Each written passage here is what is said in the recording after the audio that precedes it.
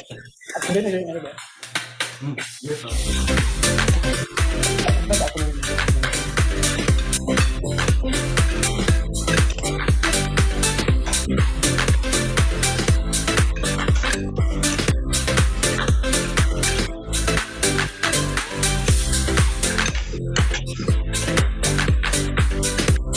Ini yang punya kata apa?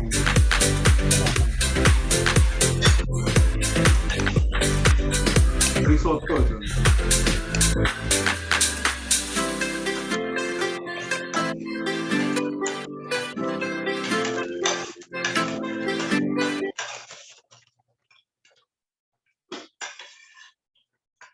Katosen langsung. Hah? Katosen. Serius? Lah ya ini kok. Mentah kurang mateng. Kan kurang mateng kan? Wis Wih. mateng.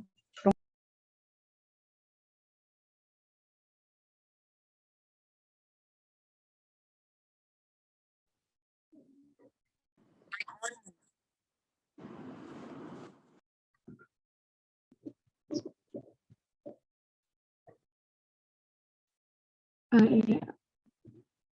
Assalamualaikum warahmatullahi wabarakatuh. Suara saya terdengar jelas ya.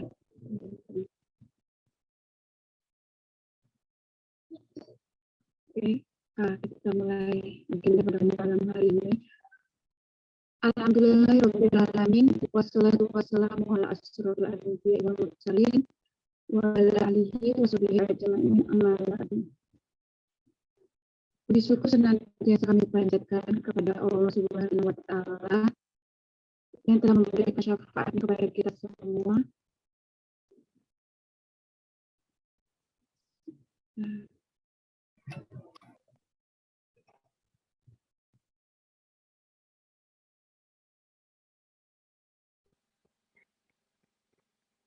Untuk sekarang suara saya masih menggema kan teman-teman?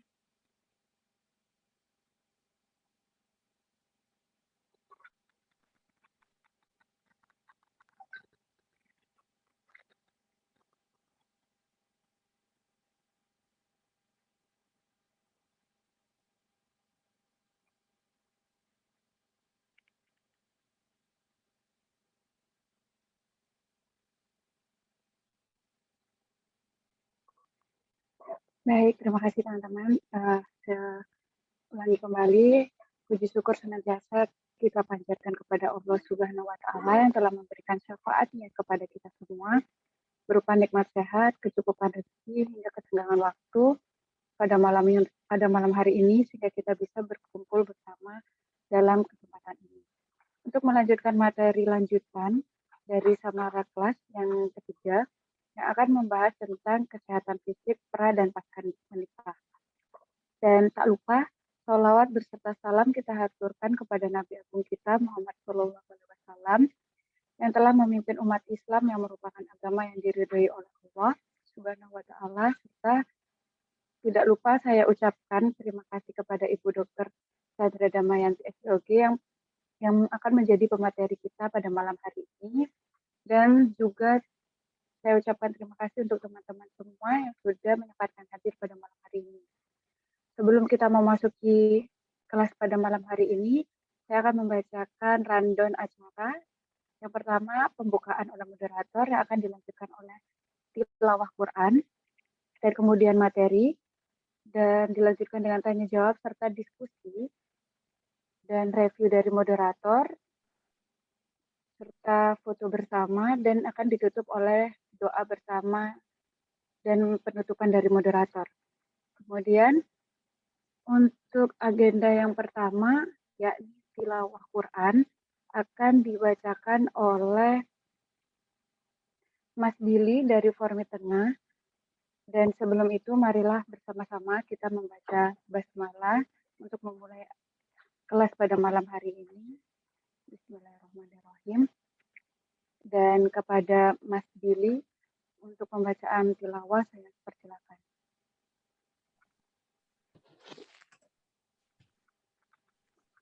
Assalamualaikum warahmatullahi wabarakatuh.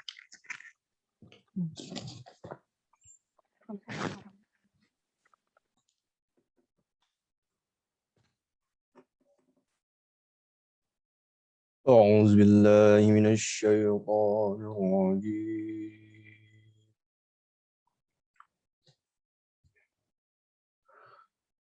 بسم الله الرحمن الرحيم.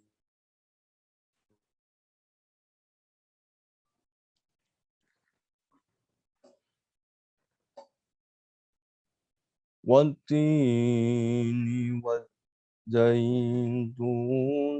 وطور سينين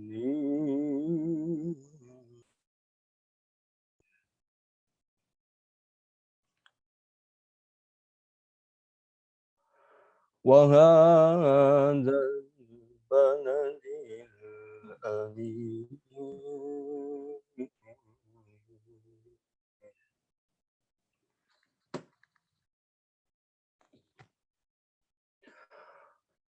لقد خلقنا الإنسان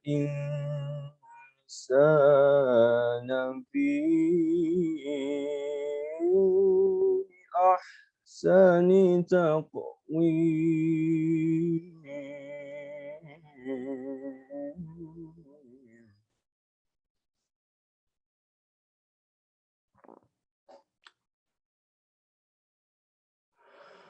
ثم رددناه أسفل سافلين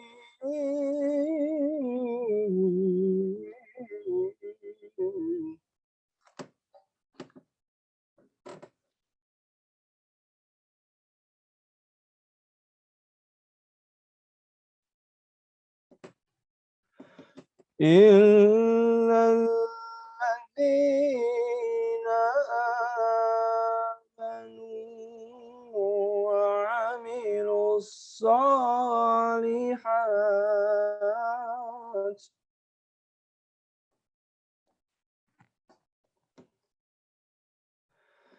إلا الذين آمنوا وعملوا الصالحات فلهم أجر غير ممنون.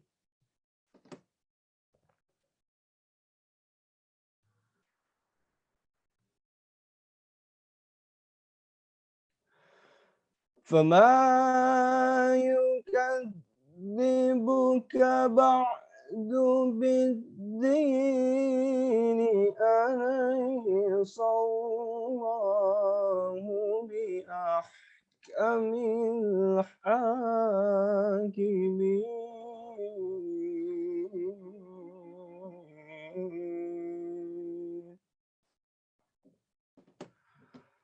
Sadaqallahul azim.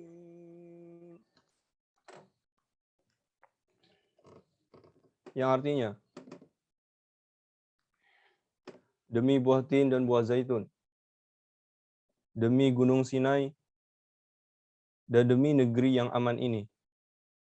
Sungguh, kami telah menciptakan manusia dalam bentuk yang sebaik-baiknya. Kemudian kami kembalikan dia ke tempat yang serendah-rendahnya. Kecuali orang-orang yang beriman dan mengerjakan kebajikan, maka mereka akan mendapatkan pahala yang tidak ada putus-putusnya. Maka, apa yang menyebabkan mereka mendustakanmu tentang hari pembalasan setelah adanya keterangan-keterangan itu? Bukankah Allah hakim yang paling adil? Shadaqallahul azim. Assalamualaikum warahmatullahi wabarakatuh.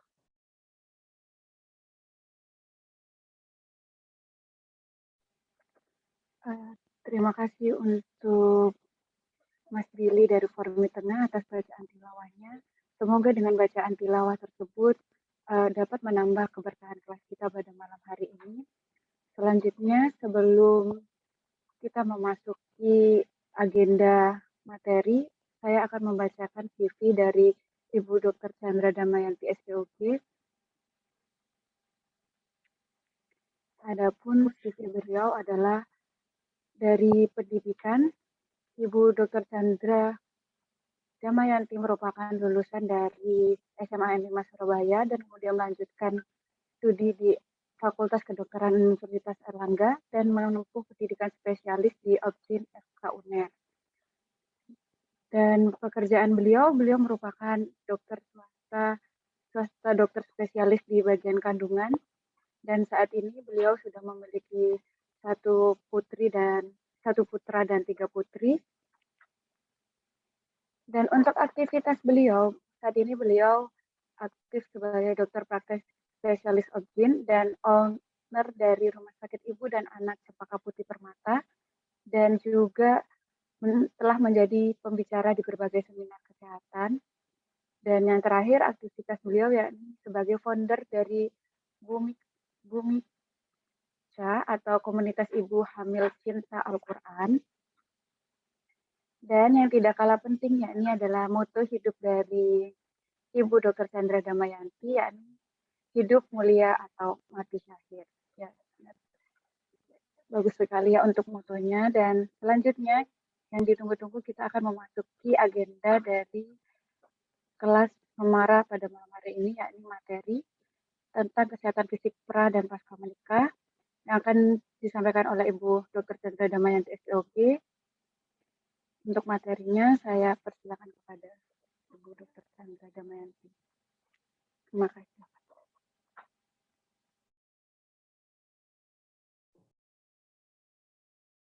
Ya, baik. Assalamualaikum warahmatullahi wabarakatuh. Waalaikumsalam warahmatullahi wabarakatuh. Ya, alhamdulillah terdengar ya suara saya. Alhamdulillah terdengar. Ya. Alhamdulillahirabbil alamin. Allahumma sholli ala Muhammad wa ala ali Muhammad. Alhamdulillah segala puji bagi Allah yang telah melimpahkan karunia ya, sehingga pada kesempatan ini alhamdulillah kita berada di sini dalam keadaan sehat ya. Dan Masya Allah ya, saya juga tidak menyangka diundang di sini ya. Senang sekali bertemu dengan teman-teman, saudara-saudara yang ada ini di mana ya, Bunda? Ini di Taiwan, Ibu. Di Taiwan, di berbagai kota? Iya, Oke. di seluruh Taiwan. Baik, ini alhamdulillah ada 24 orang ya. Nah, ini sepertinya ada teman sejawat yang peserta yang teman sejawat juga ini ya. Ada Dr. Ersa ya. Ya, baik. Alhamdulillah, mudah-mudahan apa yang saya sampaikan sedikit ini bermanfaat ya. Mungkin nanti kalau ini sekedar sharing ya, kemudian juga mungkin nanti bisa didiskusikan dan ditambahkan ya bagi yang mungkin ingin menambahkan. Ini berarti saya share screen ya. Saya sebenarnya sudah kirim ke Bu Uli. Bisa tolong di share screen kan? Baik.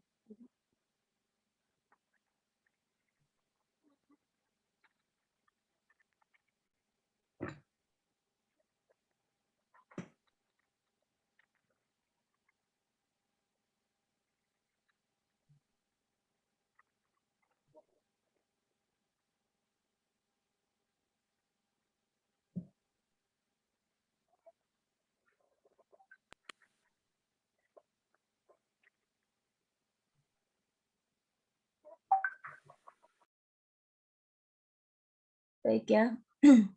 Ya, terima kasih ya telah dibantu.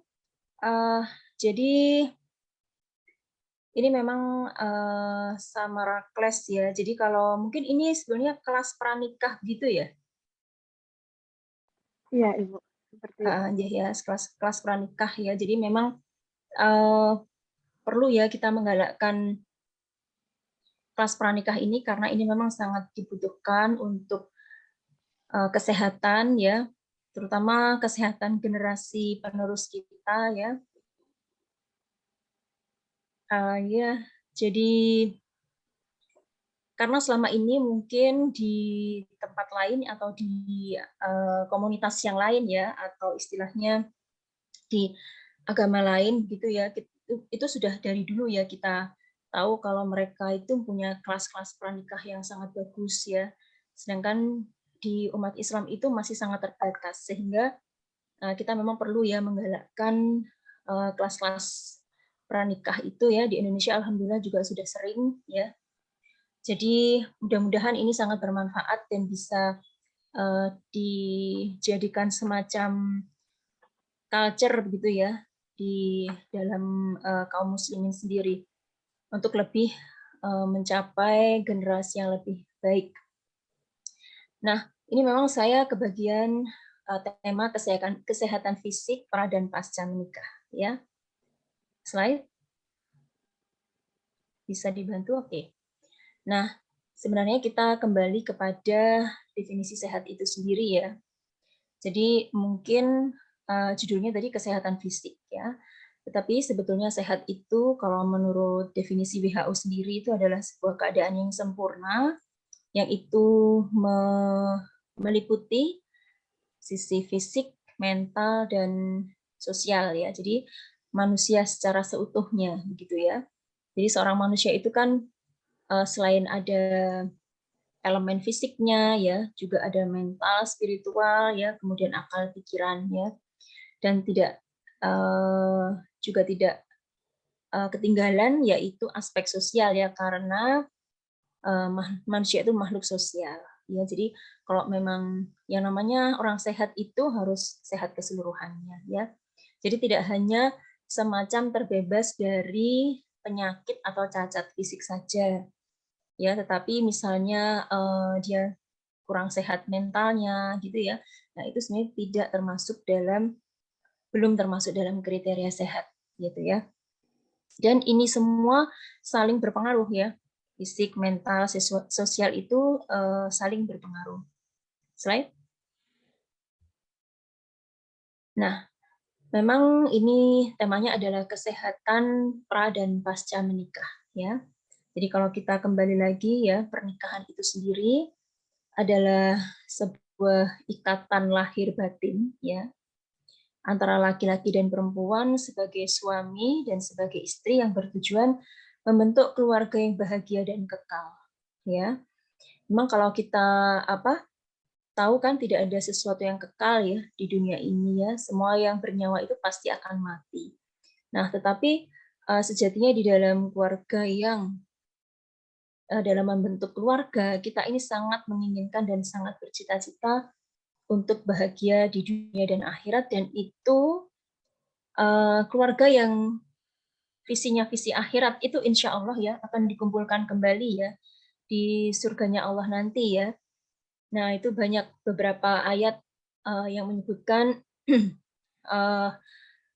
kalau ada yang karena anaknya yang mengajak orang tua, tapi ada juga yang karena kesolihan orang tua itu sehingga mengajak anak cucunya masuk ke surga dan mengangkat derajat anak cucunya itu ya, asalkan sama-sama beriman.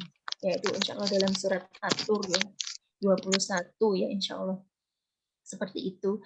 Jadi memang kita benar-benar bertujuan dalam pernikahan itu bukan tujuan duniawi semata ya. Jadi ini sangat penting nanti karena kesehatan pranikah dan pasca menikah itu memang adalah sebuah sarana ya untuk kita bisa membentuk keluarga yang bahagia dan kekal nanti di surga Allah, begitu ya. Dan jangan lupa pernikahan ini diniatkan karena Allah Subhanahu wa taala, karena kita menyempurnakan separuh iman ya. Jadi ini adalah ibadah terpanjang yang dijalankan ya. Dan dengan menikah itu insya Allah tinggal separuh lagi saja gitu ya. Jadi itu penting sekali. Jadi kita niatkan semua. Jadi kalau misalnya kita mau cek kesehatan pranikah atau kita itu mau jaga kesehatan misalnya, itu bukan untuk tujuan apa-apa, tapi memang untuk tujuan luhur dalam pernikahan ini. Gitu. Slide. Nah, Kemudian kita kembali atau kita sekarang pada pemeriksaan kesehatan ya. Jadi sebetulnya sebentar. Sebenarnya untuk apa ya, kita itu melakukan pemeriksaan kesehatan pranikah ya, mungkin nanti di slide berikutnya ya, nanti ada lagi juga. Jadi pemeriksaan kesehatan pranikah ini apa saja sih tujuannya gitu ya. Mengapa kita itu perlu ya mengecek atau mempersiapkan kesehatan ya. Kalau alhamdulillah ya sekarang ini memang sudah lebih maju ya, ilmu lebih berkembang dan lebih kesadaran masyarakat ya untuk pemeriksaan kesehatan pranikah ini. Karena kalau mungkin zaman dulu itu tidak ada ya. Mungkin paling banter itu hanya imunisasi TT itu ya. TT1, TT2 menjelang pernikahan itu. Tapi belum atau masih jarang sekali orang itu ingin tahu ya atau mengerti atau memahami apa saja yang perlu dipersiapkan ya dalam menjelang pernikahan itu. Nah, jadi tujuan dari pemeriksaan kesehatan pranikah itu yang pertama adalah untuk maksudnya mencegah diri sendiri ya. Jadi untuk diri sendiri agar tidak menderita penyakit yang lebih parah ya. Karena kalau barangkali ya ternyata kita tuh mempunyai sakit tapi belum terdeteksi. Jadi dengan pemeriksaan kesehatan pranikah ini diharapkan dengan screening, nanti ada ya beberapa tahapannya itu. Nah, itu dengan screening ini diharapkan kalau misalnya ditemukan satu penyakit yang belum pernah diketahui, maka bisa dicegah agar tidak menjadi lebih parah. Ya. Jadi ini sebenarnya menguntungkan diri kita sendiri. Kemudian yang kedua adalah mengantisipasi agar pasangan tidak tertular penyakit ya. Jadi ini khususnya pada penyakit-penyakit infeksi. Ya, misalnya apa? Ya misalnya penyakit hepatitis B ya, barangkali dari salah satu calon pengantin ya ini ternyata menderita penyakit hepatitis B ya, atau penyakit-penyakit infeksi yang lain. Ya, jadi diharapkan setelah kita melakukan screening, nah itu misalnya positif ya. Nah, ini langkah selanjutnya apa? Nah, supaya agar calon pasangan tidak tertular penyakit tersebut. Kemudian yang ketiga, pemeriksaan kesehatan ini bertujuan men-screening adanya penyakit genetik ya atau penyakit yang diturunkan, penyakit keturunan gitu ya. Nah, ini juga penting, jangan sampai yang pertama ya mungkin ada kekecewaan gitu ya dari pasangan atau dari keluarga. Oh, ternyata kita tidak tahu ya, ternyata keluarganya itu ada keluarga yang sedarah itu seperti ini gitu. Ya. Kemudian juga yang kedua selain mencegah kekecewaan itu juga mengantisipasi ya seandainya pun ditemukan dalam screening itu adanya penyakit genetik, maka mungkin jika rencana pernikahan itu tetap dilanjutkan, nah ini juga bagaimana caranya bisa memutus rantai dari penyakit genetik tersebut. Walaupun itu sulit ya, tapi mungkin bisa dilakukan ikhtiar-ikhtiar ya, sehingga memperkecil kemungkinan timbulnya penyakit genetik itu pada anak keturunan kita. Kemudian yang keempat, men-screening penyakit lain ya, penyakit atau penyakit-penyakit kronis ya. Kemudian mengetahui kesehatan reproduksi calon pengantin ya. Jadi misalnya ada masalah, ternyata ada misalnya gangguan menstruasi ya pada calon pengantin wanita yang itu sudah diderita sejak lama sekali misalnya. Nah, ini kan mungkin perlu pengobatan atau perlu diatasi sebelum menikah atau bagaimana. Nah, itu nanti tergantung dari penyakit apa atau kelainan apa yang ditemukan. Kemudian yang selanjutnya mencegah penyakit atau kelainan pada keturunan ya. Jadi ini mungkin bisa berhubungan dengan penyakit genetik tadi, atau bisa juga penyakit-penyakit yang menular ya, yang bisa ditularkan lewat selama di dalam kandungan. Ya, misalnya penyakit apa misalnya HIV, nah misalnya begitu ya, atau misalnya hepatitis atau yang lain, misalnya penyakit-penyakit yang bisa menyebabkan kelainan bawaan, ya misalnya ternyata ada infeksi TORCH, misalnya seperti itu ya.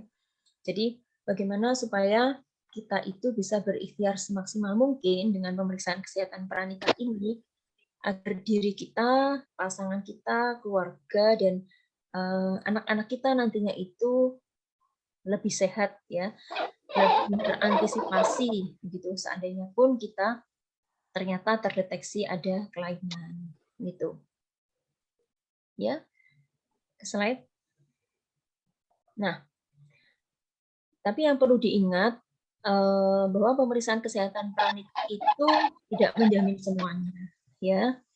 Jadi mungkin tergantung juga pemeriksaan kesehatan apa yang perlu dilakukan, karena ini tergantung pada kemampuan dari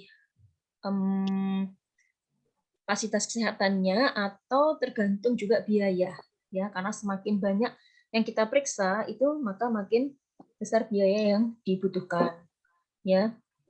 Jadi apakah dengan setelah ditemukan atau setelah dilakukan pemeriksaan pranikah itu kemudian pasti ya misalnya hasilnya normal semua, apakah pasti kemudian semua baik-baik saja? Itu belum tentu juga ya, karena mungkin saja kelainan itu timbul setelah pemeriksaan itu ya, yang itu tidak bisa dideteksi, atau memang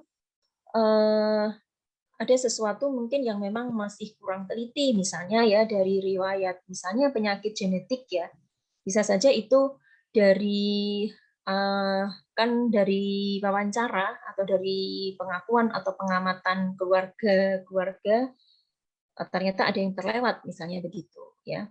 Jadi ini tidak menjamin ya, misalnya tidak menjamin oh sama-sama subur gitu ya, tidak menjamin adanya bisa mendapatkan keturunan juga. Kemudian tidak menjamin kesehatan setelah menikah ya. Kemudian hanya sebagai sebuah antisipasi atau ikhtiar dari pencegahan, seperti yang sudah disampaikan tadi. Ya, slide. Nah, jadi pemeriksaan kesehatan ini ada melalui beberapa step ya. Itu yang pertama anamnesis atau wawancara, kemudian pemeriksaan fisik dan pemeriksaan penunjang. Ya, slide. Nah, ini mungkin saya menjelaskan terlebih dahulu ya. Jadi ini mungkin harusnya di depan ya, tapi tidak apa-apa. Jadi sehat sendiri itu, kondisi yang sehat itu apa saja sih sebenarnya yang mempengaruhi itu ya. Jadi bisa karena genetik dan lingkungan. Ya, jadi misalnya kondisi seseorang itu sehat enggaknya, begitu ya, itu bisa dipengaruhi oleh genetik dan lingkungan. Mungkin kalau faktor genetik itu hanya sekitar 10-20% saja ya. Nah, sedangkan lingkungan ini lebih banyak. Ya, jadi misalnya contohnya itu kalau lingkungan ya misalnya lifestyle ya, termasuk misalnya kebiasaan hygiene sanitasi kita ya, kebersihan mungkin ya, mungkin kayak kebiasaan cuci tangan atau kebiasaan etika bersin, etika batuk seperti itu ya, kalau itu tidak dibiasakan dari sedini mungkin, maka mungkin sudah sampai dewasa ya sudah salah misalnya, jadi itu sangat berpengaruh pada kebiasaan sehari-hari, termasuk berpengaruh pada penularan penyakit infeksi ya. Nah, kemudian lingkungan juga dipengaruhi oleh gizi ya. Nah, di sini juga ada hubungannya dengan indeks massa tubuh ya. Jadi bagaimana gizi yang telah kita konsumsi ya selama ini, pola gizi kita dari kecil itu bagaimana. Nah, ini penting sekali ya, ayah bunda ya atau teman-teman ya, gizi ini hendaknya kita perhatikan ya sejak dari dalam kandungan. Nah, ini kan kebetulan kelas pranikah ya, jadi nanti bagi para calon pengantin mungkin banyak belajar bagaimana gizi yang baik ya. Sejak dalam kandungan itu bagaimana, kemudian ketika lahir baby itu seperti apa, misalnya ASI itu bagaimana, apakah perlu mendapatkan support misalnya dan sebagainya, itu memang harus dipelajari tersendiri ya. Benar-benar. Kemudian nanti kalau sudah ada makanan pendamping ASI itu yang seperti apa, ya itu jangan sampai terjadi kesalahan-kesalahan ya, sehingga kesalahan-kesalahan itu nanti bisa berdampak pada kesehatan anak-anak kita di waktu dewasa nanti ya. Nah, sebenarnya kalau misalnya kita tuh mau ini ya, kalau kita lihat siklus dalam kehidupan itu ya, jadi kita kalau ingin menyiapkan generasi yang unggul itu ya memang sejak sedini mungkin ya. Jadi sejak dalam kandungan, kemudian dia bayi, balita dan seterusnya sampai dia menjadi remaja ya. Nah, ini perlu apa ya? Perlu sesuatu yang maksimal ya, karena kesalahan gizi sejak di dalam kandungan itu bisa menyebabkan misalnya apa ya, penyakit-penyakit yang bisa diderita di waktu dewasa ya. Jadi menderita penyakit hipertensi misalnya, ya itu semua karena memang apa ya, istilahnya itu ada kesalahan gitu ya di dalam tubuhnya, itu yang diakibatkan karena kesalahan gizi di waktu dalam kandungan ya. Jadi benar-benar gizi ini memang sangat harus kita perhatikan. Nah, kemudian faktor lingkungan yang lain itu ya bisa berupa polutan, radiasi, bahan kimia dan lain-lain ya, yang sekarang itu memang luar biasa ya, termasuk mungkin salah satunya ini ya, apa, pandemi ini ya, kita banyak dengan komputer seperti ini ya, jadi mungkin ada pengaruh radiasi dan sebagainya, itu betul-betul harus bagaimana kita antisipasi supaya seminimal mungkin gitu ya. Itu adalah hal-hal yang mempengaruhi kondisi sehat ya. Ya, slide.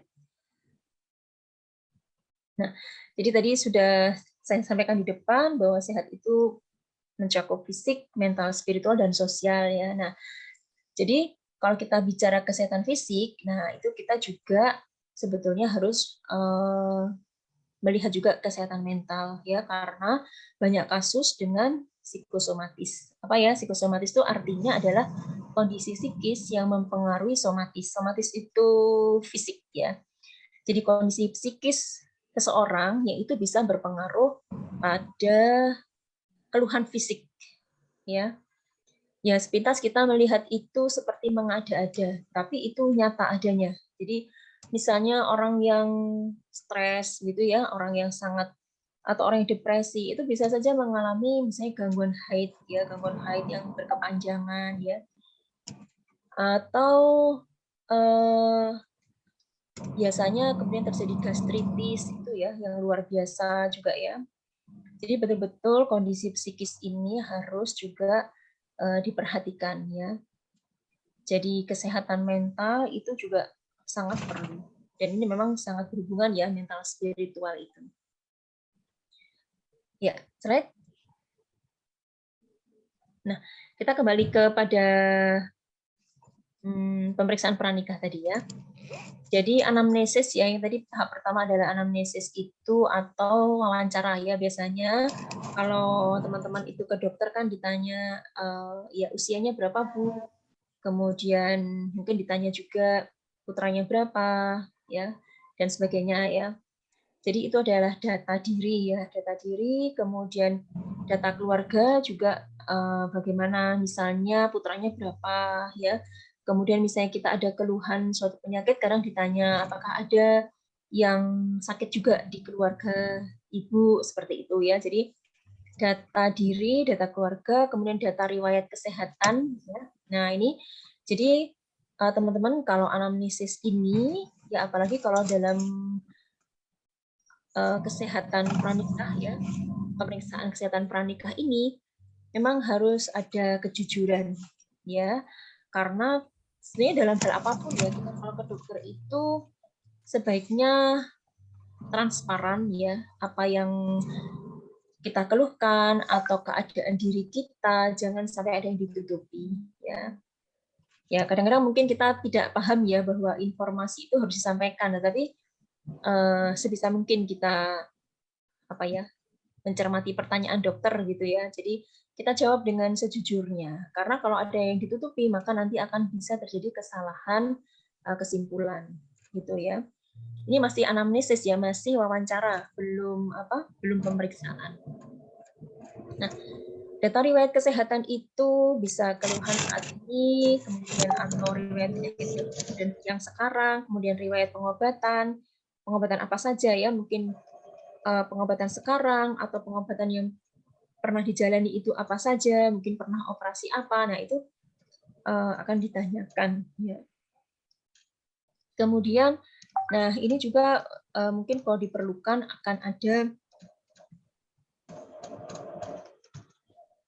akan ada pemeriksaan atau wawancara ya pada khusus organ reproduksi ya. Karena ini hubungannya dengan kesehatan pranikah. Ya, tapi secara umum tetap itu dilakukan pemeriksaan semuanya. Ya, slide. Nah, kemudian pemeriksaan fisik ya. Pemeriksaan fisik ini bisa mulai secara umum ya, kemudian vital sign itu tanda-tanda yang vital ya, misalnya seperti kesadarannya bagaimana, tekanan darah, nadi, frekuensi nafas, suhu gitu ya. Jadi misalnya diajak bicara gitu ya, termasuk misalnya diajak bicara itu bagaimana, nyambung nggak, kayak gitulah, itu juga termasuk di sini ya, termasuk di dalam keadaan umum ini. Kemudian pemeriksaan lokalis atau regionalis itu pemeriksaan di area-area tertentu ya, misalnya kalau pemeriksaan fisik yang umum ya dilihat seluruhnya ya, misalnya matanya bagaimana, misalnya dari kepala sampai kaki ya, telinganya mungkin ternyata memakai kacamata minus berapa, seperti itu ya. Kemudian pemeriksaan khusus organ reproduksi jika perlu ya, jadi mungkin ada keluhan di bagian perut bawah dan sebagainya ya, atau keluhan yang lain yang menjurus ke arah pada organ reproduksi, mungkin akan dilakukan pemeriksaan khusus juga. Ya, slide. Nah, pemeriksaan penunjang ini bisa laboratorium, radiologi ya, mungkin pengambilan darah, pengambilan urin ya, mungkin bisa foto ronsen ya. Kalau misalnya ada keluhan ya. Nah, ini semua tapi tergantung pada kesepakatan ya, teman-teman. Jadi, kan ini pemeriksaan kesehatan pranikah nih ya. Kalau misalnya semua itu arahnya baik ya, tidak diperlukan pemeriksaan penunjang ya, tidak diperlukan ya. Tapi biasanya ada beberapa pemeriksaan penunjang itu yang istilahnya wajib ya, atau butuh, pasti harus dilakukan. Ya, kalau memang ingin atau setuju dilakukan pemeriksaan tersebut. Ya, slide. Nah, ini mungkin sekedar diketahui sama teman-teman ya, berbagai sistem organ manusia itu. Nah, ini jadi tadi itu pemeriksaan atau penyakit yang bisa kita derita itu bisa terjadi di dalam beberapa sistem organ ini. Ya. Jadi ada sistem susunan saraf pusat, kemudian indera, pencernaan, urogenital, reproduksi, kardiovaskuler, muskuloskeletal, endokrin, dan pernafasan. Ya, jadi penyakit-penyakit yang kita derita itu bisa di sini. Ya, misalnya kita punya riwayat gastritis atau sakit lambung atau MAH yang parah misalnya, sampai sering beberapa kali opname. Nah, itu termasuk di dalam sistem pencernaan, gitu ya.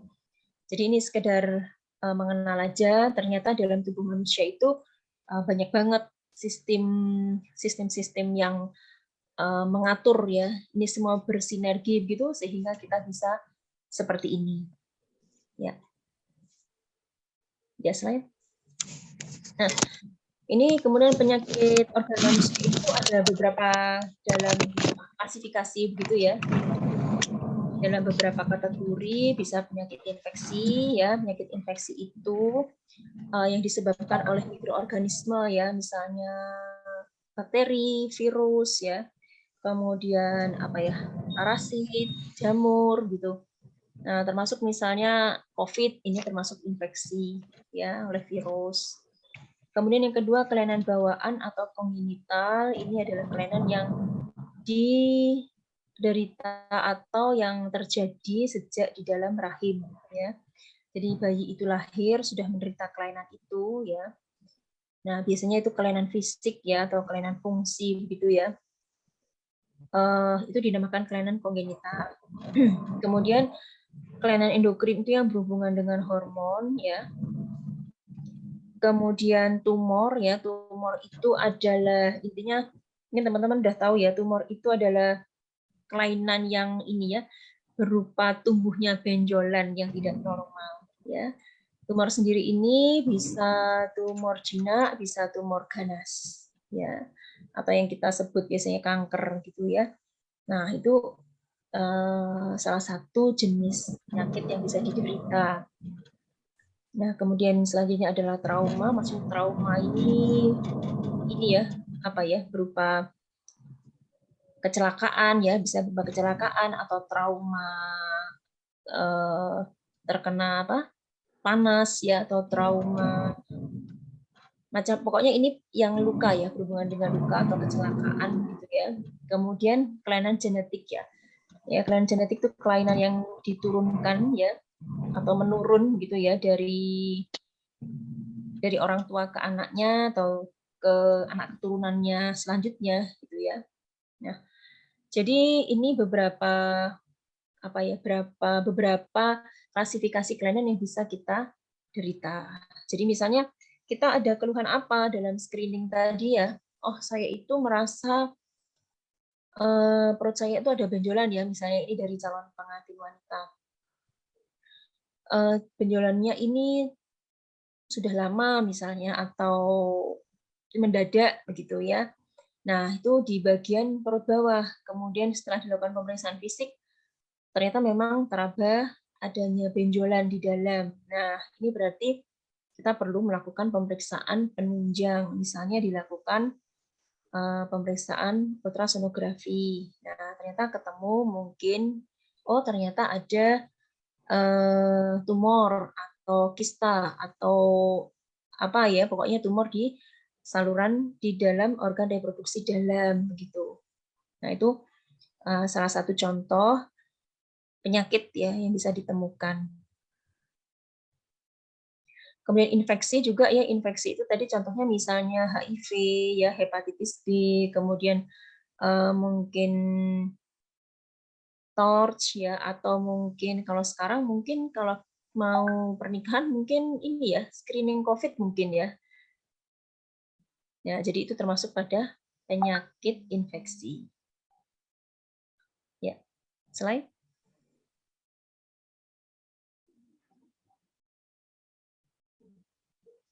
Ini ya ternyata. Ya, sudah ini ya, tadi sudah saya sampaikan. Jadi contoh-contoh penyakit infeksi yang bisa di-screening ya. Selain ini masih banyak ya, tapi mungkin ini yang apa ya, yang sering dibicarakan mungkin ya di dalam kaitannya dalam pernikah ya. Slide. Nah, ini juga adanya penyakit metabolisme, misalnya hipertensi ya, diabetes atau penyakit-penyakit autoimun ya, misalnya punya riwayat sakit lupus misalnya gitu ya. Tentu itu berbeda lagi penanganannya ya. Kemudian ternyata saya punya hipertensi udah lama gitu ya. Wah, ini bagaimana cara mengobati atau ya menangani ya supaya tidak terjadi lebih parah lagi hipertensinya. Ya, slide. Nah, ini juga bisa terjadi anemi ya. Jadi pada ibu-ibu bukan calon pengantin wanita yang anemi, nah ini perlu mendapatkan penanganan khusus ya, karena jika terjadi kehamilan dengan anemi maka akan bisa semakin parah aneminya ya, dan ini bisa menyebabkan macam-macam penyulit nantinya pada kehamilannya. Kemudian mungkin ternyata ada perbedaan resus gitu ya antara calon pengantin wanita dan laki-laki. Nah, itu bagaimana? Nanti itu perlu didiskusikan, kemudian perlu diantisipasi bagaimana penanganan selanjutnya. Nah, ini kelainan organ reproduksi wanita yang bisa terjadi ya, bisa ada kista, ada miom ya, kemudian ada endometriosis, ada gangguan haid gitu ya. Slide.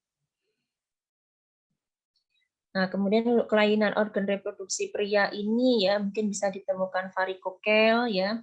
Kemudian infeksi, mungkin bisa ditemukan infeksi, penyakit-penyakit infeksi yang menular melalui hubungan seksual atau ini ya. Nah, ini tambahan ya sebenarnya.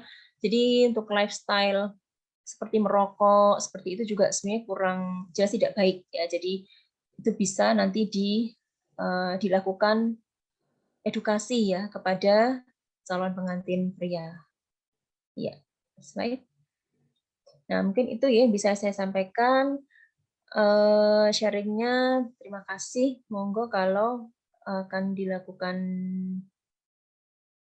mungkin tanya jawab atau diskusi.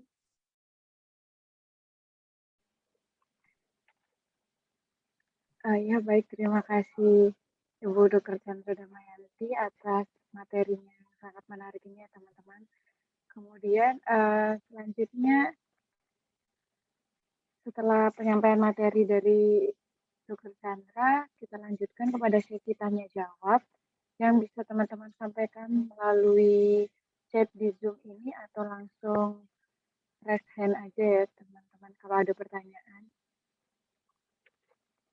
Ya, saya silakan kepada teman-teman untuk sesi tanya jawabnya. Ada yang ingin bertanya? Suaranya kayaknya kurang keras ya. Kalau sekarang bagaimana? Ya lumayan. Ya, terima kasih.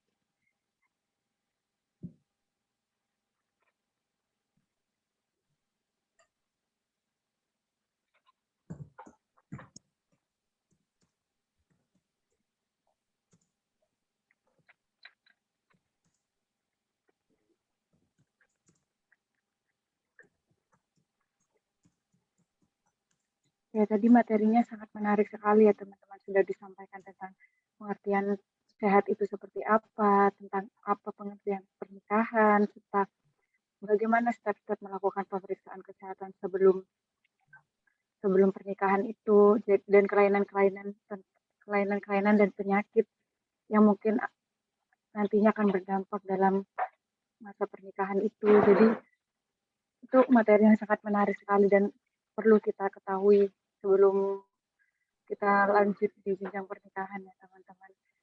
Jadi sekiranya ada yang ingin bertanya tentang materi-materi yang telah disampaikan sebelumnya, bisa ditulis di chat juga ya teman-teman, atau langsung bertanya.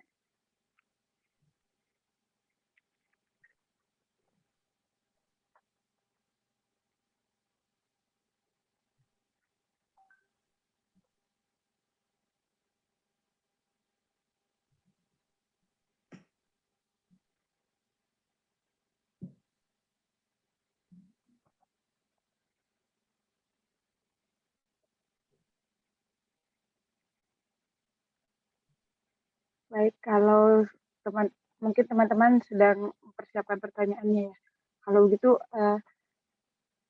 sekiranya boleh pertanyaannya dari saya, Ibu Dr. Chandra. Iya, silakan. Jadi, saya ada pertanyaan.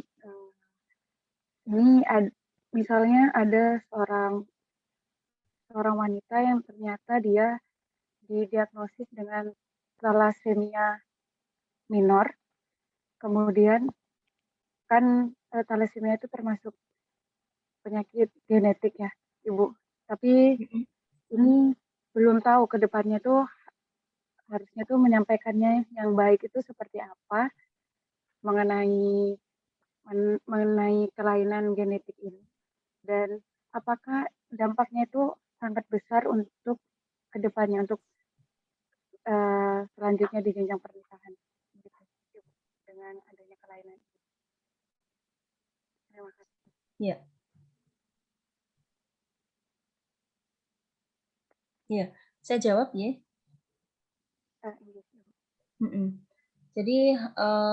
Jadi sebetulnya kan pertanyaannya itu adalah bagaimana jika ditemukan sebuah penyakit yang itu bisa diturunkan gitu ya, dan mungkin penyakit itu cukup berat begitu ya. Nah itu bagaimana menyampaikan kepada, mungkin kalau kepada pasiennya ini mungkin kita bisa sampaikan kepada pasiennya, kepada keluarga ya. Nah, jadi memang pemeriksaan pranikah itu membawa dampak ya. Bisa membawa dampak karena nanti ini kalau misalnya ditemukan sesuatu itu apakah tentu ya sedikit banyak akan bisa mempengaruhi ya hubungan atau kedepannya bagaimana rencana dari pernikahan itu. Nah, jadi yang penting bagi kita dalam konseling ini kan tentu juga kalau secara etika mungkin ya karena ini belum suami istri ya. Jadi kan misalnya sama-sama berkonsultasi di satu tempat ya, mungkin calon pengantin wanita dan prianya tentu tetap itu sendiri-sendiri ya, tetap sendiri-sendiri. Karena ini kan juga berkaitan dengan apa ya? Rahasia kedokteran ya, gitu ya. Jadi kecuali kalau memang ada sesuatu yang ingin dikonsultasikan, sudah ingin dikonsultasikan bersama. Ya, jadi misalnya ditemukan suatu penyakit pada calon pengantin wanita. Nah, tentu yang kita informasikan adalah calon pengantin wanita tersebut, kemudian walinya ya atau orang tuanya. Nah, nanti bagaimana setelah itu adalah urusan dari calon pengantin wanita dan pria tersebut dan keluarganya ya. Jadi yang penting kita menjelaskan seadanya, sejujurnya itu penyakitnya apa, kemudian apa saja yang bisa terjadi ketika dia misalnya nanti hamil atau misalnya terhadap anaknya, apa kemungkinan yang bisa terjadi dan seterusnya itu kita jelaskan secara jelas ya. Memang harus jelas dan bisa dipahami gitu ya supaya tidak salah paham, salah terima gitu ya. Nah, nanti ketika mereka sudah saling berkomunikasi sendiri dan ternyata membutuhkan penjelasan gitu ya, lebih ini dari dua belah pihak. Nah, ini mungkin bisa kita jelaskan berdua. Artinya tetap dengan orang tua ya. Tapi itu mungkin juga tetap harus secara lebih hati-hati ya karena ini memang berhubungan dengan keadaan dari penderita tersebut ya. Istilahnya kan ada rahasia itu tadi ya sebetulnya. Jadi tetap juga dengan persetujuan dari pihak misalnya calon pengantin wanita tersebut gitu ya. Tapi sebenarnya sudah setuju mungkin ya karena sudah maju berdua kan dari dua belah pihak gitu. Nah, itu yang biasanya ya dan yang ini ya secara etika memang sebaiknya seperti itu. Jadi tidak perlu ada yang ditutupi ya kalau misalnya di awal gitu ya pada penderitanya dan keluarganya karena itu memang harus disampaikan. Ya, memang ada beberapa kasus yang itu kemudian terjadi pembatalan ya, pembatalan tidak diteruskan hubungan proses selanjutnya ya, kelanjutan proses pernikahan itu tidak diteruskan, ada beberapa saya pernah mendapatkan seperti itu. Jadi ya memang harus ini di awal memang juga harus dijelaskan ya bahwa bisa terjadi hal seperti itu. Nah, memang itu adalah salah satu konsekuensi dari ini ya konseling pranikah ini. Tetapi insya Allah kan istilahnya ada mungkin hadis ya yang mengatakan lebih baik menolak kemudorotan ya daripada memberikan kemaslahatan gitu. Artinya kita lebih utama itu untuk menolak kemudorotan ya. Karena kalau misalnya memang artinya udah nggak usah screening pranikah aja kalau gitu, nggak usah pemeriksaan. Karena nanti kalau ketemu ini itu jadinya batal dong gitu ya. Nah, itu jadi justru nanti kalau ketahuan atau terdeteksi setelah menikah ya dan sebagainya itu bisa saja itu merasa misalnya pasangannya merasa dibohongi atau malah tidak baik ya untuk anak keturunannya, misalnya ada penyakit dan sebagainya. Nah, itu jadi lebih baik memang adanya seperti sekarang ini pemeriksaan kesehatan pranikah. Ya, begitu ya. Mungkin insya Allah jawaban saya. Ya. Baik, terima kasih Bu. Tadi kan juga disampaikan ada baiknya dilakukan konseling dulu tentang kesehatan. Ya, Nah, suaranya tidak begitu keras lagi. kalau sekarang, Ya, ini lumayan. Mungkin harus agak gitu, iya agak dekat lagi. agak berteriak. Ya, ya. Untuk waktunya yang pas untuk melakukan konseling ini, konseling kesehatan ini, bagusnya waktunya itu kapan? Waktunya ya. Ya, kapan? Ya, ya untuk waktunya itu sebetulnya ini prinsipnya adalah ketika sudah apa ya, sudah fix gitu ya, artinya sudah direncanakan pernikahan. Jadi misalnya kalau masih apa ya, masih perkenalan di awal begitu ya mungkin tidak dilakukan dulu ya. Nah, tetapi yang jelas jika itu sebelum misalnya sebelum istilahnya sebelum misalnya undangan disebar gitu ya, itu jelas ya. Jadi sebelum undangan disebar, sebelum apa namanya, mungkin seperti misalnya ditentukan tanggalnya begitu sudah ya. Nah, itu ya sudah bisa ya. Mungkin kira-kira ya kalau kita ambil kira-kira itu ada diperhitungkan waktu gitu ya, mungkin antara sekitar 3 bulan gitu ya sebelum pernikahan. Tapi itu tergantung ya relatif dari pasangan tersebut ya. Kan ada nih pasangan-pasangan atau calon pasangan yang menikahnya itu cepat ya. Maksudnya antara perkenalan dengan pernikahan itu ada yang 1 bulan gitu ya, udah langsung menikah. Tapi ada yang lebih lama. Itu tergantung kesepakatan sih sebetulnya. Tapi yang jelas itu kalau sudah memang hampir fix ya, misalnya sudah hampir fix. Karena kalau misalnya masih tidak serius atau apa ya, malah menambah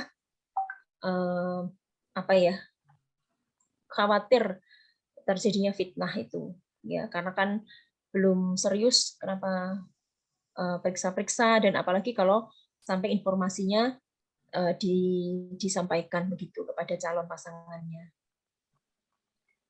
Mungkin itu ya.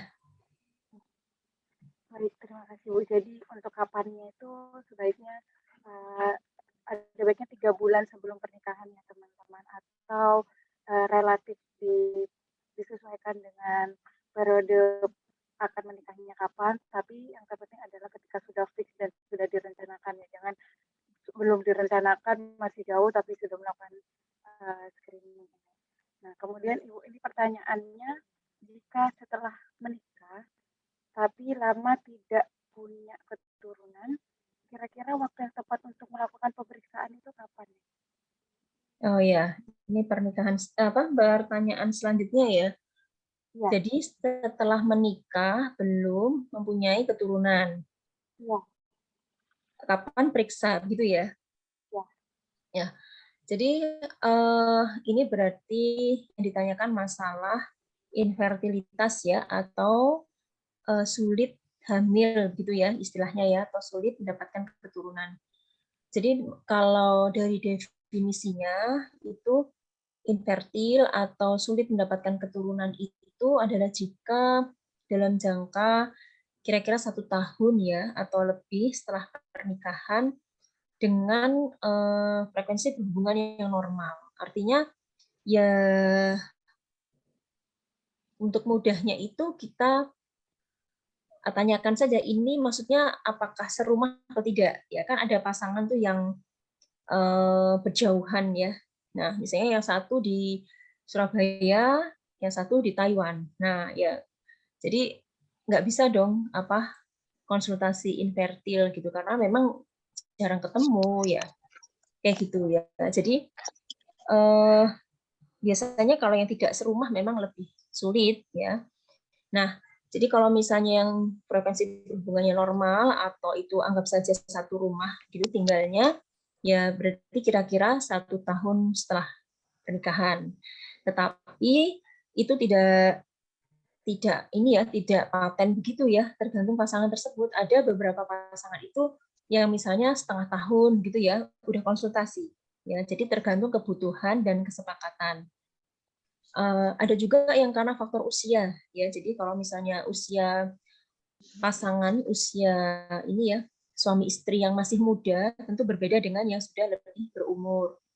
Jadi misalnya sudah 35 tahun begitu ya usianya, apalagi untuk yang istri ya, karena semakin usia semakin meningkat maka disebutkan itu kemungkinan untuk hamil kan semakin menurun ya, karena istilahnya itu sel-sel telurnya sudah semakin berkurang. Nah, jadi tergantung usia juga. Kalau misalnya sudah cukup berusia, ya disarankan tidak terlalu lama. Mungkin langsung konsul juga bisa ya. Kan namanya konsul ya, mungkin untuk bagaimana supaya ikhtiar bisa segera bisa hamil dan sebagainya. Seperti itu sih jawaban saya ya. Ya, baik Bu. Terima kasih atas jawabannya. Kemudian ada tidak upaya atau bagaimana untuk beberapa pasangan yang belum memiliki keturunan itu dalam waktu yang lama? Upaya. Jadi belum mempunyai keturunan dalam waktu yang lama. Ya. Ya, itu berarti menempuh yang namanya program hamil ya. Program hamil itu sendiri ada beberapa macam ya, ada yang istilahnya itu ada yang jalur biasa, yang konvensional gitu, ada yang mau jalur cepat. Nah, itu tergantung pada pertama usia, kemudian yang kedua itu lamanya pernikahan, kemudian adanya kelainan atau tidak ya. Jadi kalau ada kelainan atau tidak ada kelainan itu tentu berbeda. Ya, kalau misalnya pasangan itu masih muda, kemudian tidak ada kelainan apa-apa, mungkin bisa dilakukan promil yang jalur biasa gitu ya. Tapi kalau misalnya ingin cepat ya karena faktor usia atau ternyata ada kelainan yang lebih berat, maka mungkin mau langsung misalnya dengan teknik-teknik yang misalnya bayi tabung ya, seperti itu ya.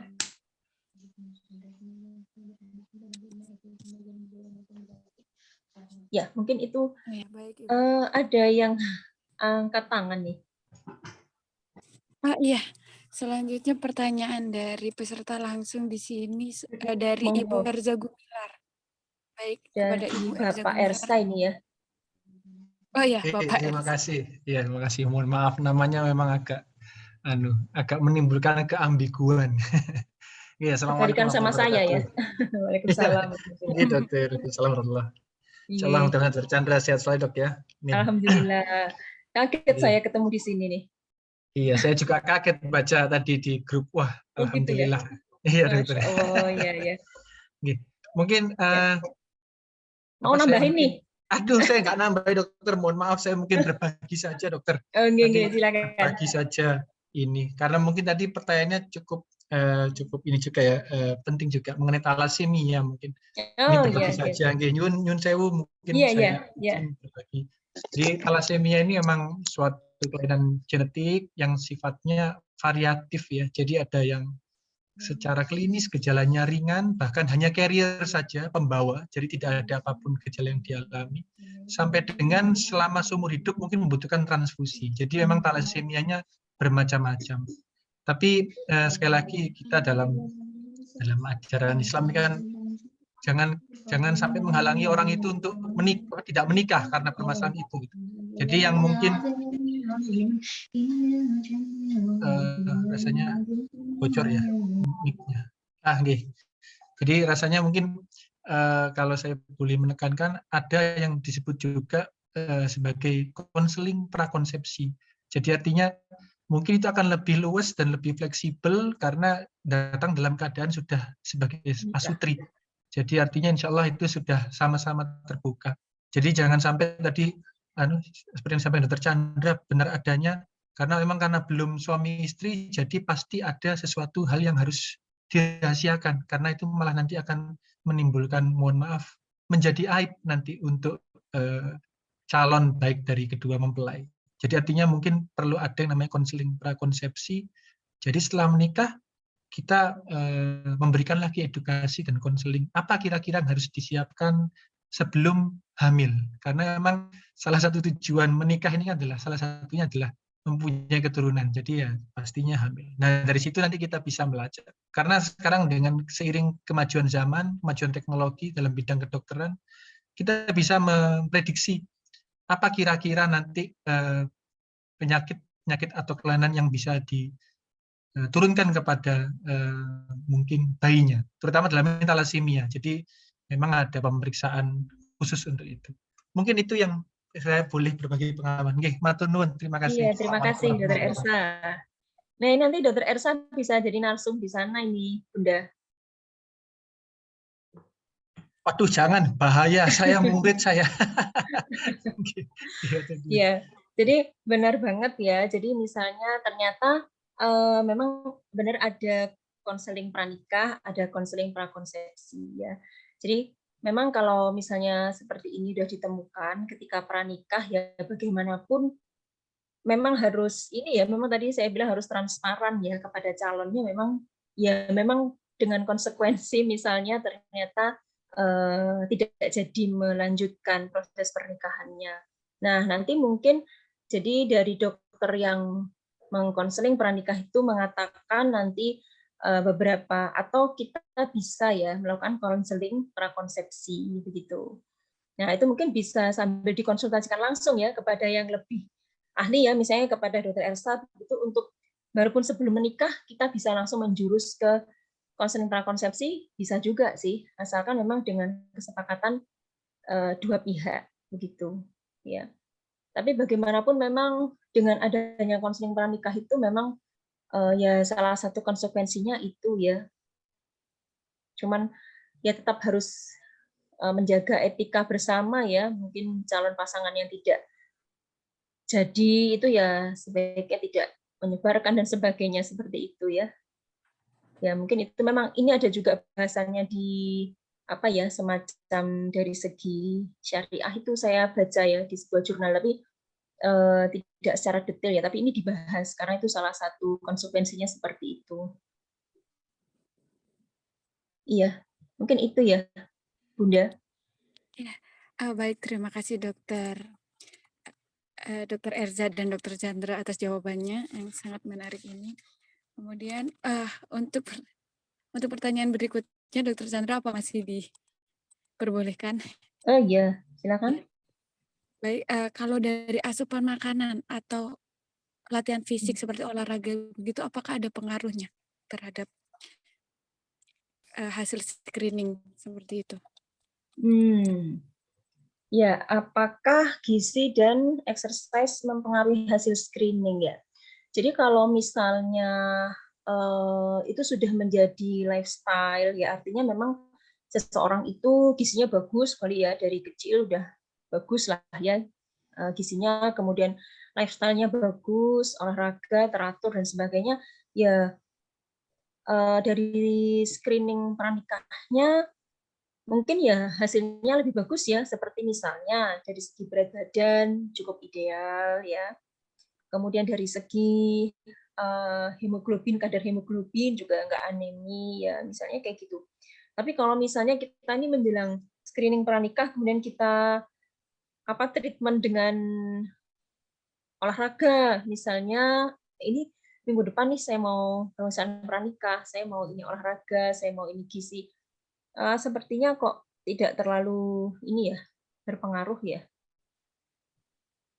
Mungkin itu yang dimaksud ya. Kalau misalnya untuk penyakit atau misalnya kayak ya penyakit-penyakit yang sudah diderita atau riwayat yang dulu kan memang tidak bisa dirubah ya. Jadi misalnya saya riwayat dulu itu apa ya? Misalnya saya riwayat operasi apa misalnya operasi apa ya? Nah, itu tentunya kan nggak bisa dirubah dengan itu ya. Tetap aja. Atau misalnya saya menderita diabetes ya, tentu tetap diabetes kan ya, asalkan itu mungkin bedanya hanya terregulasi kadar gula darahnya atau tidak, begitu. Iya. Gitu ya Bunda mungkin yang dimaksud ya. Jadi apakah ada perbedaan?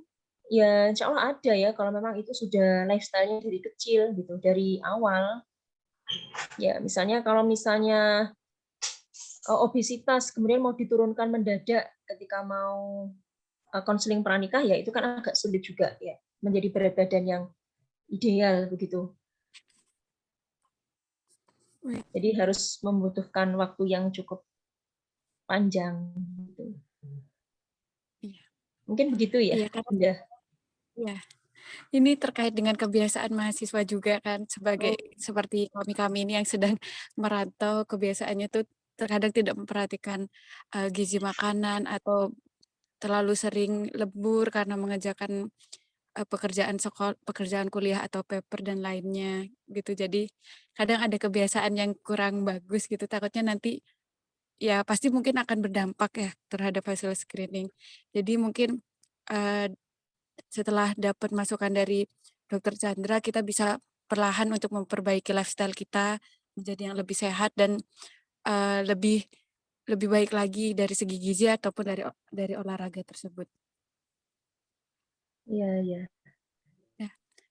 Kemudian ini Ibu terkait tadi bahasan tentang diabetes. Nah, ini ada seorang teman yang dia kebetulan ada penyakit diabetes terus berdampak ke penglihatannya yang menjadi kurang, Ibu. Nah, itu apakah ada upaya untuk mengembalikan menjadi normal kembali gitu, Ibu? Adakah masukan? Ini sudah usia mungkin ya? Oh, begitu. Oh, enggak, maksud saya Wah, usianya. saya tanyakan terlebih dahulu. Tapi Ini, sudah iya, ini menikah kan usianya ya? sekitar 40-an. Oh iya. Iya, jadi memang bisa ya, memang diabetes itu kan bisa menimbulkan dampak kepada banyak organ yang lain. Ya istilahnya itu end organ ya, atau target organ gitu. Ya bisa pada otak, bisa pada mata, bisa pada ginjal dan sebagainya ya. Nah, jadi ini kebetulan berdampak pada mata ya. Jadi apa tadi pertanyaannya, apakah bisa diatasi begitu ya, Bun ya? Jadi yang pertama langkahnya pasti adalah pertanyaannya apakah diabetes itu apakah terregulasi atau tidak gula darahnya. Kalau misalnya gula darahnya terregulasi, biasanya dampaknya lebih minimal ya. Nah, untuk cara mengatasi hal ini yang sudah misalnya ada keluhan di mata, berarti memang harus dicek bersama antara dokter yang merawat diabetesnya dengan dokter mata. Ya. Jadi tidak ada jalan, ya memang harus periksa ke dua bidang tersebut.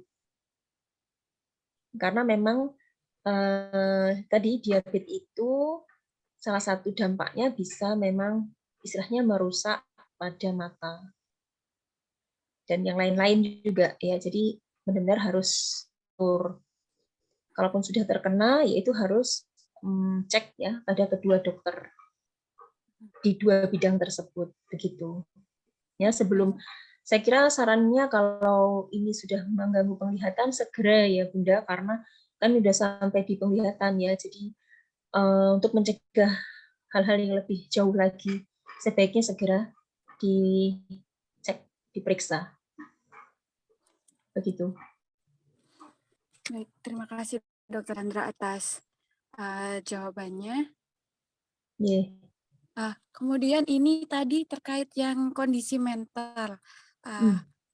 Jika misalnya seorang pasangan itu akhirnya memutuskan untuk mengadopsi anak karena tidak bisa memiliki anak, apakah itu nantinya akan ada pengaruh terhadap psikologi dari pasangan tersebut?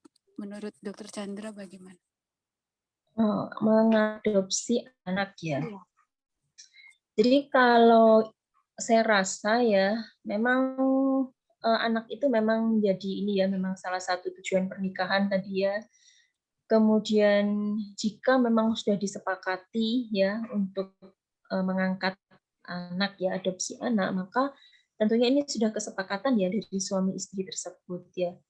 Jadi kalau yang dimaksud dengan kesehatan mental itu adalah ini ya, salah satu ciri-cirinya itu kan kalau dilihat dari definisi ya, itu kan seseorang yang merasa bahagia ya, kemudian seseorang yang bisa mengerti kebutuhannya dia, seorang yang bisa mengatasi masalahnya, kemudian seseorang yang bisa beradaptasi ya dengan apa yang terjadi di lingkungannya gitu ya. Itu kan antara lain beberapa kriteria kesehatan mental. Jadi kalau itu memenuhi memenuhi kriteria itu sudah diputuskan bersama untuk mengadopsi, saya rasa insya Allah tidak masalah ya, tidak masalah. Hanya memang yang perlu diperhatikan adalah bahwa anak angkat itu kan bagaimanapun bukan anak kandung ya. Jadi kita harus memperhatikan ke depannya itu bagaimana hubungan ini ya, hubungan mahram ya. Jadi artinya seperti masalah aurat ya nantinya itu bagaimana, itu harus dipikirkan. Kemudian apalagi ya, bagaimana cara menyampaikan nanti ya, karena kan bagaimanapun anak ini harus tahu ya siapa orang tuanya, kemudian bahwa dia bukan bapak ibu ini bukan orang tua kandungnya, kan tetap harus tahu. Nah, kapan nanti itu disampaikan, kemudian bagaimana cara menyampaikannya ya supaya tidak mendadak atau membuat anak ini jadi terpukul begitu ya. Itu kan harus direncanakan, dibicarakan sejak awal oleh suami istri tersebut. Ya mungkin begitu ya Bunda ya. Kalau pengaruh terhadap kesehatan mental, selama itu disepakati bersama, kemudian memang ya sudah dengan kesadaran sepenuhnya menerima ya, insya Allah tidak apa-apa sih ya. Dengan memenuhi kriteria kesehatan mental yang tersebut tadi. Begitu. Baik, terima kasih Dokter Chandra. Jadi tidak hanya perlu memperhatikan kondisi pasangannya, tapi juga kondisi mental dari anaknya juga. Jadi perlu Iya, benar. dipertimbangkan kapan baiknya untuk menyampaikan kepada anaknya juga. Iya. Nah, selanjutnya tentang fertilitas itu, Bu. Apakah itu sifatnya permanen atau bisa disembuhkan dengan program-program yang tadi telah disampaikan seperti itu? Infertilitas. Iya. Maaf kurang jelas. Oh iya, untuk infertilitas itu apakah sifatnya permanen atau ada cara untuk mengobatinya? Begitu ya. Jadi kan begini, infertilitas itu adalah sebuah kondisi di mana sulit mempunyai keturunan ya. Dan yang menyebabkan itu bisa faktor suami, bisa faktor istri. Ya, itu yang perlu dipahami. Jadi untuk konsultasi infertilitas ya, konsultasi program hamil itu memang harus diikuti oleh suami istri ya. Jadi tidak bisa misalnya hanya istrinya saja ya. Nah, kemudian apakah ini bersifat permanen gitu ya? Nah, Ya. itu tergantung dari penyebabnya. Kalau misalnya kondisi keduanya ternyata normal ya, kondisi keduanya normal sama sekali begitu ya. Karena ini banyak kasus yang seperti itu. Nah, itu berarti ya sudah memang tidak ada apa-apa, ya artinya memang belum diberikan rezeki anak begitu ya. Kita memandangnya kan seperti itu. Dan juga jangan mengira bahwa misalnya saya sudah program hamil, saya pasti akan hamil setelah itu. Nah, itu juga harus diluruskan. Ya, jadi biasanya saya berpesan seperti itu sih ke pasien-pasien ya. Jadi ini semua hanya ikhtiar ya. Semua itu adalah murni ya, haknya Allah memberikan rezeki kepada kita. Nah, kalau misalnya ditemukan kelainan, ya tergantung kelainannya. Ya, misalnya kelainan itu berupa kelainan hormon ya yang bisa diterapi ya. Misalnya kelainan hormon kemudian terjadi gangguan haid ya. Jadi itu kalau itu bisa diterapi ya tidak bersifat permanen ya, walaupun itu membutuhkan waktu ya. Nah, kemudian kalau misalnya kelainan yang bersifat sudah bersifat anatomi ya atau bentuk, misalnya terjadi kebuntuan ya pada saluran telur. Nah, itu bisa saja itu mungkin ada yang bisa dilakukan semacam operasi, atau itu memang sulit ya untuk dibuka gitu ya kebuntuannya. Nah, itu bisa saja itu memang ya bersifat permanen gitu. Jadi yang bersifat permanen kelainannya, tetapi ikhtiar kehamilannya bisa dikerjakan dengan bantuan, misalnya dengan bayi tabung. Nah, itu bisa, insya Allah gitu ya.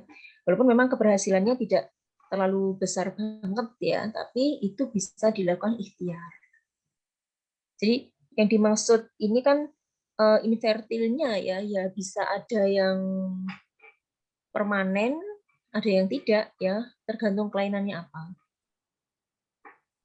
Baik. Ada ini ya Bunda, ada kelainan yang diderita oleh suami. Jadi ternyata misalnya karena suatu sebab sehingga memang tidak ada sel sperma yang diproduksi sama sekali.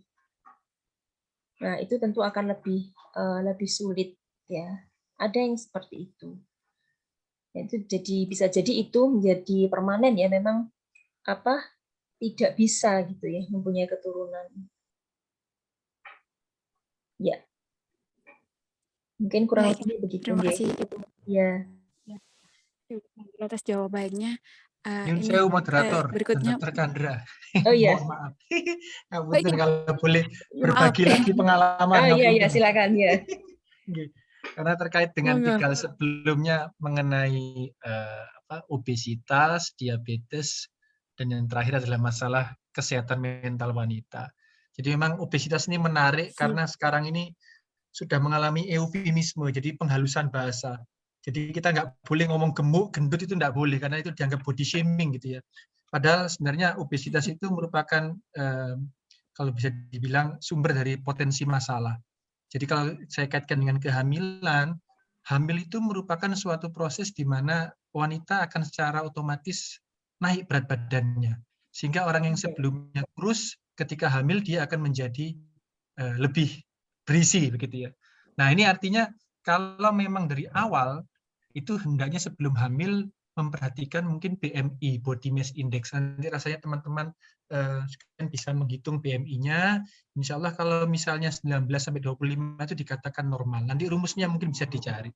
Sehingga dari sini ada pemahaman sebelum hamil itu lebih baik BMI-nya normal. Karena kalau BMI-nya overweight, ketika hamil dia naik menjadi obesitas.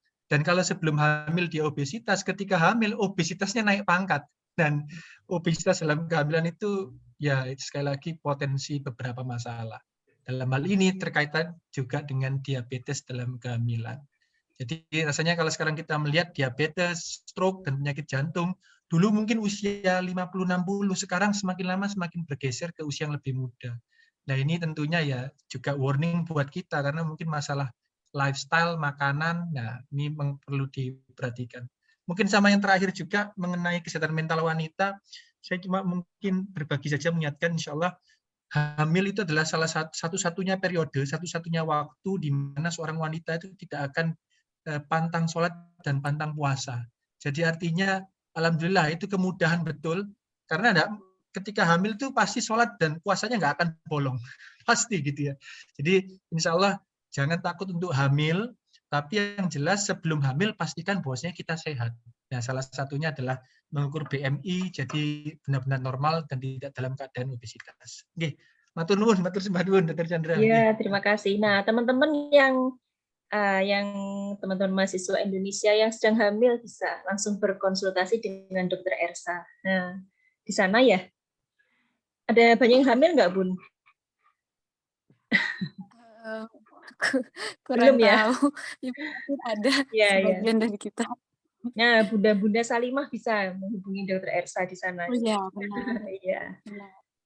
Ya, itu untuk teman-teman yang sedang hamil bisa konsultasi ya ke Dr. Erza untuk lebih lanjutnya. Oh, ada yang belum nikah ternyata, Dok. Oh, kalau belum nikah, ya nanti Ya, konsultasi ke sama. Dr. Ersa juga. Iya, iya. Oke. Ya, ini untuk pertanyaan yang terakhir, Dokter Chandra. Jadi untuk kami-kami yang mahasiswa dan yang masih belum menikah ini, untuk beberapa dari kami, apa pemeriksaan yang perlu dilakukan dan bagaimana frekuensinya? Gitu, Dok. Sebentar, untuk yang belum menikah. Ya, Ya, dan untuk untuk yang belum menikah, bagaimana melakukan pemeriksaan apa saja begitu ya? apa saja yang sekiranya penting untuk nantinya jenjang pernikahan, seperti itu. Jadi belum ada rencana menikah ya tapi? Iya, belum.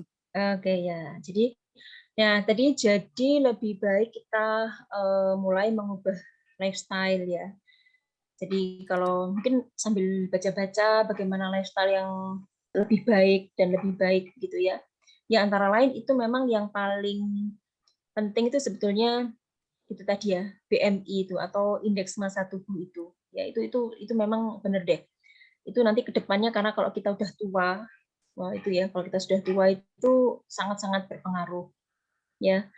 Jadi nah itu kaitannya nanti dengan gizi, ya exercise, ya olahraga itu, kemudian kebiasaan-kebiasaan yang kebiasaan hidup, misalnya seperti tidur malam, begadang seperti itu ya. Nah mungkin bisa ditambahkan juga lebih ke arah mental spiritual ya. Mungkin kita lebih banyak yang ini ya jelasnya interaksi dengan Al-Quran tuh ya, interaksi dengan Al-Quran diintenskan dengan istiqomah ya. Kemudian juga ya banyak berzikir, banyak bergaul dengan teman-teman yang baik gitu ya. Jadi itu rasanya akan lebih memberikan spirit kesehatan mental itu lebih bagus, juga itu nanti akan berpengaruh pada ketenangan jiwa, kemudian secara fisik kita dukung dengan gizi dan exercise ya. Nah, untuk kapan periksanya? Ya yang pertama jelasnya kita harus punya ini ya. Kalau ada keluhan, nah itu ya kadang-kadang ada budaya itu kalau orang Indonesia itu, tapi ada di daerah-daerah tertentu itu kalau nggak parah banget keluhan apapun ya itu nggak periksa. Tapi ada daerah yang di mana dia memang tingkat kesehatannya tinggi ya. Jadi dia setiap mudah dia untuk ke dokter gitu ya. Ada keluhan ke dokter gitu. Itu jadi untuk berapa lama sekalinya kayak gitu mungkin tidak ada patokan ya. Kalau misalnya mau yang check up, medical check up ya itu kalau misalnya masih muda-muda mungkin setahun sekali ya atau 2 tahun sekali ya mungkin ya. Setahun sekali lah itu kalau mau ideal gitu ya. Nah, tapi di samping itu ya untuk mencegahnya kita perhatikan lifestyle itu tadi. Mungkin itu ya. Jadi kalau secara umum kan medical check up sekitar itu ya. Nanti kalau misalnya ada kelainan, misalnya ditemukan kelainan apa gitu kan biasanya disarankan lebih sering lagi untuk cek kontrol kelainan tersebut. Mungkin itu ya jawaban dari saya ya. Iya. Tapi jarang sih, tapi mungkin masih jarang ya. Karena dulu saya juga gitu sih waktu masih muda. Waduh masih muda itu jadi ya kayaknya nggak pernah periksa ya. Kayaknya nggak pernah periksa-periksa gitu, kecuali kalau ada sakit, ada keluhan gitu ya. Nah itu mungkin memang harus menjadi kebiasaan ya, karena itu juga kan juga ada biayanya masalahnya ya. Iya. Jadi ya mungkin itu ya. Iya. Terima kasih Ibu Chandra atas jawaban-jawaban dari pertanyaan teman-teman ini karena cukup menarik juga. Jadi cukup banyak pertanyaan dari teman-teman. Tapi itu tadi merupakan pertanyaan terakhir dari teman-teman yang hadir pada malam hari ini. Insya Allah sudah cukup pertanyaannya tapi sebelum closing, kami mohon Dr. Chandra untuk memberikan closing saran tentang kesehatan fisik pra dan pasca menikah ini. Ya, Ibu. Ada saran untuk kami baiknya seperti apa, Ibu? Kami silakan. Ya. Jadi intinya adalah memang cuman mungkin kita ngingat salah satu hadis aja ya. Jadi ada manfaatkan 5 waktu sebelum 5 waktu ya. Kan diantaranya manfaatkan waktu sehatmu sebelum sakitmu ya. Jadi Antara lain di situ adalah kita banyak beramal, banyak berbuat baik, ya, banyak beramal solih. Nah, sama juga kita jaga kesehatan. Termasuk memang adanya ini ya, semboyan atau moto ya, mencegah lebih baik daripada mengobati. Nah, jadi memang termasuk pada kesehatan pranikah itu adalah termasuk itu ya, mencegah lebih baik daripada mengobati. Nah, mungkin itu aja sih yang bisa saya sampaikan. Jadi mudah-mudahan ini ilmunya bermanfaat, kemudian bisa diterapkan gitu ya, bisa disebarluaskan kepada teman-teman yang lain, dan apa ya, mudah-mudahan banyak berkontribusi ya buat kemajuan umat Islam ya secara umum. Ya, mungkin itu ya dari saya.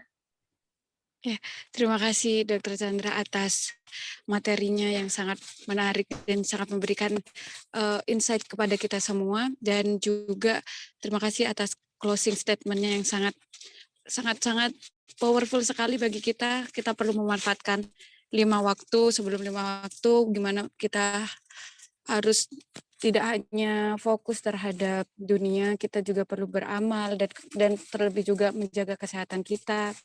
Seperti itu teman-teman. Kemudian sebelum menutup kelas pada malam hari ini, akan ada pembacaan doa yang akan disampaikan oleh Pak Ian untuk menutup acara pada malam hari ini. Kemudian nanti akan kita lanjutkan juga dengan foto bersama. Kemudian saya persilakan kepada Pak Ian untuk memimpin doa bersama terlebih dahulu. Pada Pak Ian, saya persilakan. Ya, terima kasih. Dimatikan dulu. Sebelum kita tutup, kita berdoa dulu ya. Allahumma salli ala sayyidina Muhammad wa ala ali sayyidina Muhammad. Alhamdulillahi rabbil alamin. Hamdan na'im, hamdan kathir, hamdan yu'afi ni'amahu wa yukafi'u mazidah. Ya Rabbana wa lakal hamdu kama yanbaghi li jalali wajhika karim wa 'azimi sultanik. Allahumma salli ala sayyidina Muhammad wa ala ali sayyidina Muhammad. Allahumma ighfir lil muslimina wal muslimat wal mu'minina wal mu'minat al ahya'i minhum wal amwat. Allahumma ighfir lana dhunubana وذنوب آبائنا وذنوب أمهاتنا وذنوب أمهاتنا وذنوب أمهاتنا وذنوب أزواجنا وذنوب أولادنا وذنوب ذرياتنا وذنوب أهل العلم وأهل الخير من المسلمين والمسلمات والمؤمنين والمؤمنات الأحياء منهم والأموات. اللهم اغفر لنا ولإخواننا الذين سبقونا بالإيمان ولا تجعل في قلوبنا غلا للذين آمنوا ربنا إنك رؤوف رحيم. اللهم إنا نسألك رضاك والجنة ونعوذ بك من سخطك والنار. اللهم إنا نسألك سلامة في الدين وعافية في الجسد وزيادة في العلم وبركة في رزق وتوبة قبل الموت وردا عند الموت ومغفرة بعد الموت. اللهم هون علينا في شكرة الموت والنجاة من النار والعفو عند الحساب. ربنا ظلمنا أنفسنا فإن لم تغفر لنا وترحمنا لنكونن من الخاسرين. ربنا آتنا من لدنك رحمة وهيئ لنا من أمرنا رشدا.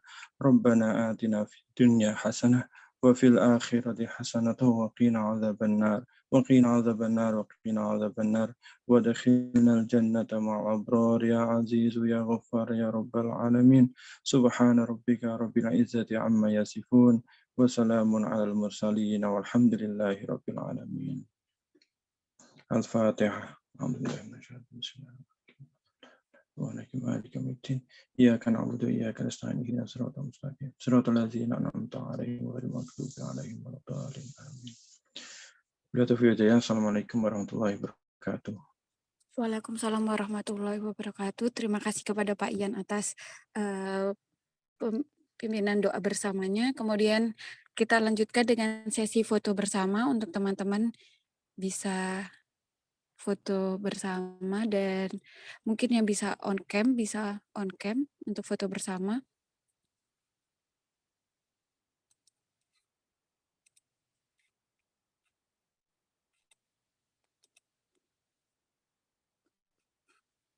Oke, untuk foto bersama bisa saya mulai dari sekarang ya teman-teman. Yang bisa on cam saya persilakan untuk on cam. Oke, 1, 2, 3. Oke, terima kasih teman-teman.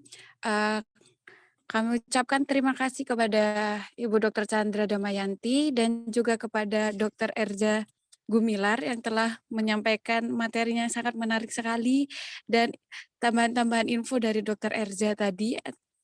Semoga materi malam ini dapat menambah pengetahuan kita dan semakin menambah rasa cinta dan takwa kita kepada Allah Subhanahu wa taala.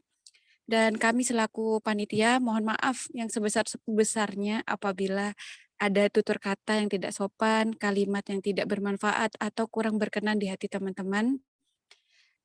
Dan marilah kita tutup kelas pada hari ini dengan bacaan hamdalah, alhamdulillahirabbil alamin, dan istighfar 3 kali. Astagfirullahaladzim. Dan doa kafaratul majelis. Astagfirullahaladzim. La ilaha illa anta astaghfiruka wa atubu ilaik. Wabillahi taufiq wal hidayah. Assalamualaikum warahmatullahi wabarakatuh. Terima kasih teman-teman.